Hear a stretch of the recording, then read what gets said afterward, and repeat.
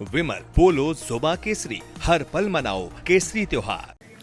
और देखिए आज हमारे साथ जो खास मेहमान जुड़ गए हैं, सबसे पहले परिचय करा देती हूँ। विवेक कुमार आज हमारे साथ हैं बीजेपी से। कांग्रेस से प्रियंका गुप्ता हमारे साथ जुड़ रहे हैं। जेडीयू से जितेंद्र कुमार आपको कुछ ही देर में नजर आएंगे। आरजेडी से चित्तरंजन गगन आज हमारे साथ चर्चा के लिए जुड़ रहे हैं। और जनसुराज से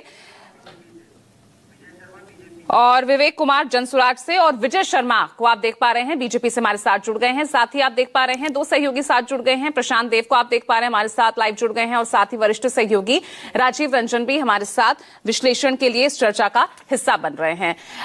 प्रशांत, मैं आपके पास आऊंगी, लेकिन सबसे पहले विश्लेषण बहुत जरूरी हो जाता है राजीव, इसलिए मैं आपके पास सीधा आ रही हूं।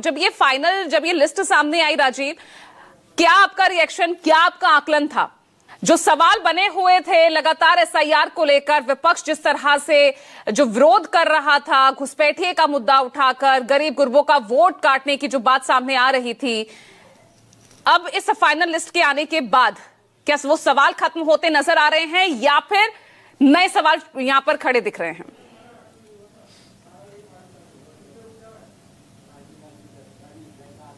अभी जिन राजनीतिक दलों के लोगों की आपने बातें सुनाई और कल से चुनाव आयोग ने जब से ये आंकड़ा दिया है, तब से ऐसा लग रहा है मोटे तौर पर कि 76 या जो भी लाख वोटर, 70 से लाख से ज्यादा वोटरों के जो नाम कटे थे, वो नाम उन्हीं कटे हुए नामों में से इतने नाम 4,63,000 नाम जुड़े हैं। ऐसा लगता है कि वो जुड़े हैं, और जबकि हकीकत ये नहीं हो सकती है। क्यों? एसआईआर जो प्रक्रिया थी वो चुनाव आयोग की जो मतदाता सूची थी पहले से, उसके सत्यापन की सूची थी। उसमें सिर्फ नाम काटा जा सकता था, नाम जोड़ा नहीं जा सकता था। उसके बाद जो ये विंडो 1 महीने की थी, उसमें इलेक्शन कमीशन ने नाम जोड़ने का भी प्रावधान जोड़ा। तो 18 साल के जो बच्चे हुए थे, 18 साल पीछे, 18 साल जिन्होंने कंप्लीट किया, ये जो नए नाम जुड़े हैं, ये उन बच्चों के नाम हो सकते हैं जो 18 साल के हुए हैं, और ज्यादातर हो सकते हैं उन्होंने अपना। तो जिन लोगों का नाम कटा था उनका नाम जुड़ा है, उनके दावे और आपत्तियों के बाद पहली बात तो ये है। और ये क्या नए मतदाता हैं और नए मतदाताओं का नाम जुड़ा है। दूसरी बात, ये जो भी संशोधित सूची आई है, इसमें इलेक्शन कमीशन पर अगर सुप्रीम कोर्ट ने आधार को भी न मान्य किया होता तो क्या यही स्थितियां रहती या नहीं रहती।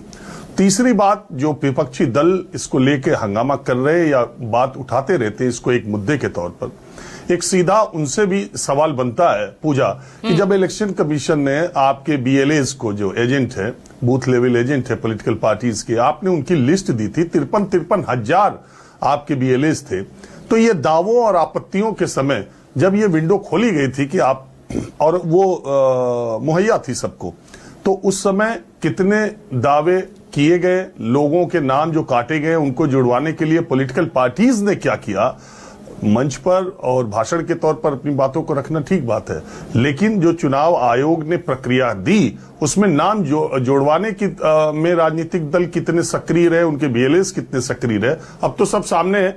और इलेक्शन कमीशन ने नेट के जरिए कह भी दिया कि आप अपने वोटों को सामने रख लें और आप अपने वोटों की तहकीकात कर सकते हैं। और इसके अलावा जिन लोगों के नाम कटे हैं, उन्होंने कहा पते बदले हैं या जो जिनकी मृत्यु हुई है, जो माइग्रेट कर गए हैं, ऐसे लोगों के, और जो डुप्लीकेसी थी उसको खत्म किया गया।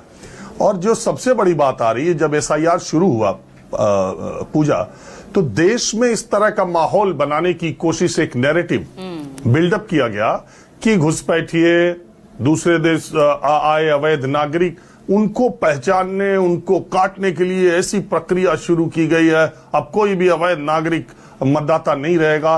बीच में आपने इलेक्शन कमीशन के सूत्रों ने इतनी तगड़ी जानकारी दी थी, आपने भी डिबेट की थी, मैं भी उस डिबेट का हिस्सा था, जिसमें कहा गया कि बड़े पैमाने पर बांग्लादेशी, नेपाली और म्यांमार के लोग एसआईआर के दौरान बिहार में पाए गए। एक नैरेटिव बिल्डअप हुआ, उस पर डिबेट हुई, उसमें तमाम बातें आई और टीवी चैनलों पर पसंदीदा टॉपिक भी है। तो उसके बाद अब जब फाइनल लिस्ट आ गई तो कहीं कोई बात सामने नहीं आई कि वो बांग्लादेशी कहां गए और थे तो कितने थे और कहां से क्या पता चला, ये चीजें सामने नहीं आई। एसआईआर पूरे देश में होना चाहिए, हम लोग पहले दिन से कह रहे हैं, और देश का कोई भी जिम्मेदार नागरिक, पत्रकार या कोई भी